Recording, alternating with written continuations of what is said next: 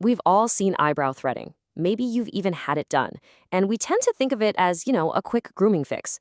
But what if I told you it's not just about yanking out hairs, that it's actually a highly skilled craft, a delicate art form that takes years to get right? Well, today we're going to pull back the curtain and look at the expert techniques that really define a true professional. So what is it really? An art form? A precise science? Or is it just a piece of thread? That's the exact question we're going to unravel today, because you're about to see there's a whole world of technique hiding behind that deceptively simple tool. And yeah, the answer is it's absolutely a precise craft. I mean, from the way the skin is prepped to the type of thread they use, every single detail makes a huge difference. These are the little secrets that separate a quick, painful session from a flawless, comfortable shaping. So where does a master even begin?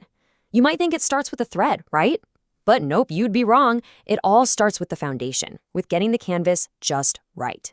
Before a single hair gets pulled, the brows have to be prepped perfectly. It's this two-step process, and it's totally non-negotiable. First, as you can see, all the hairs are brushed up and out with a spoolie. This shows you how long they really are. And only then do they trim the excess. This one step is what ensures that clean, uniform line they have to work with. But what's really fascinating here is the way they trim. Experts use something called the zero-angle cut. This means the scissors have to stay perfectly parallel to the brow line. Seriously, think of it like a tiny spirit level for your face. No dipping, no tilting. It has to be completely, totally level. And this just says it all, doesn't it? As the expert puts it, if that angle is even a little bit crooked, you get these weird dips in an uneven line. That zero-angle cut is the only way to get that super sharp, clean shape that makes the final result look so polished. Okay, so we've prepped the canvas. Now let's get to the main event, the dance of the thread itself.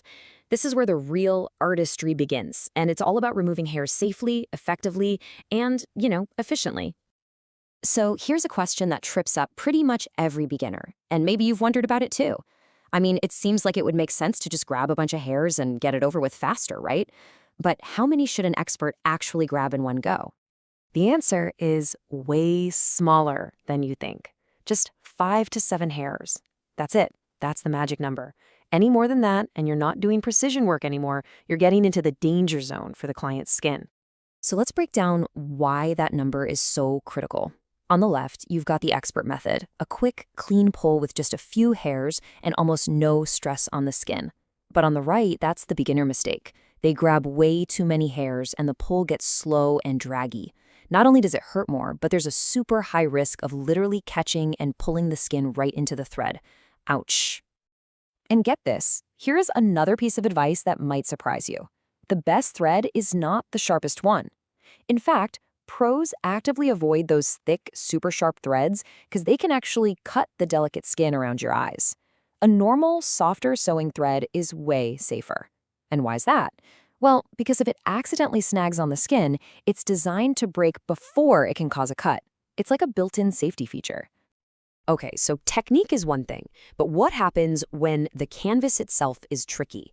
Every face is different, and a true artist knows how to handle the specific challenges of a client's anatomy. And this, right here, is what separates the good from the truly great. And a single most challenging spot on the face, the one that tests even the pros, it's that little area right in the center, over the bridge of the nose. For clients who have a really sharp bone structure there, the skin is super thin and taut, which makes it incredibly easy to nick or irritate. So how do they deal with it? The secret is all in the stretch. The key is to stretch the skin firmly from above the brow, up on the forehead. You never ever pull from below because the skin there is looser and much more likely to get caught.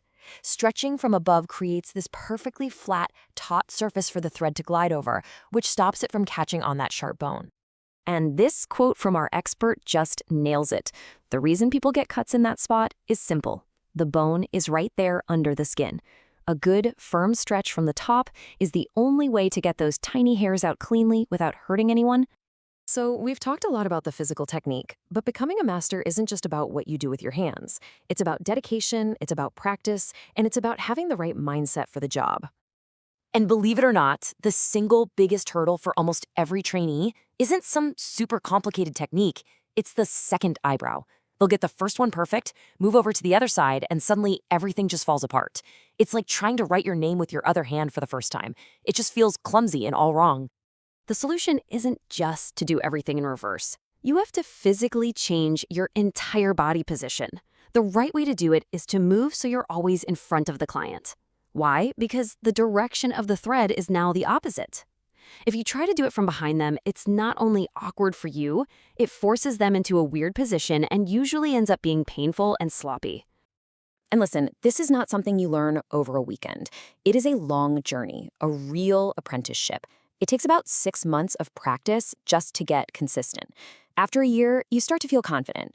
But real mastery, that effortless, fluid precision you see in a pro, that can take 5 years or even more to really achieve. And really, it all boils down to this. You can watch 100 videos online, you can read all the books, but it means absolutely nothing without putting in the hours. Like the expert says, practice makes a person perfect. You can't just know this stuff in your head. It's a skill that has to live in your hands. So the next time you're sitting in that chair or maybe just walking by a kiosk in the mall, I bet you're going to see things a little differently. You won't just see a piece of thread anymore. You'll see that zero-angle cut. You'll notice the careful stretch over the nose. You'll see how the artist positions their body. The real question is, what other little signs of true mastery will you be looking for now?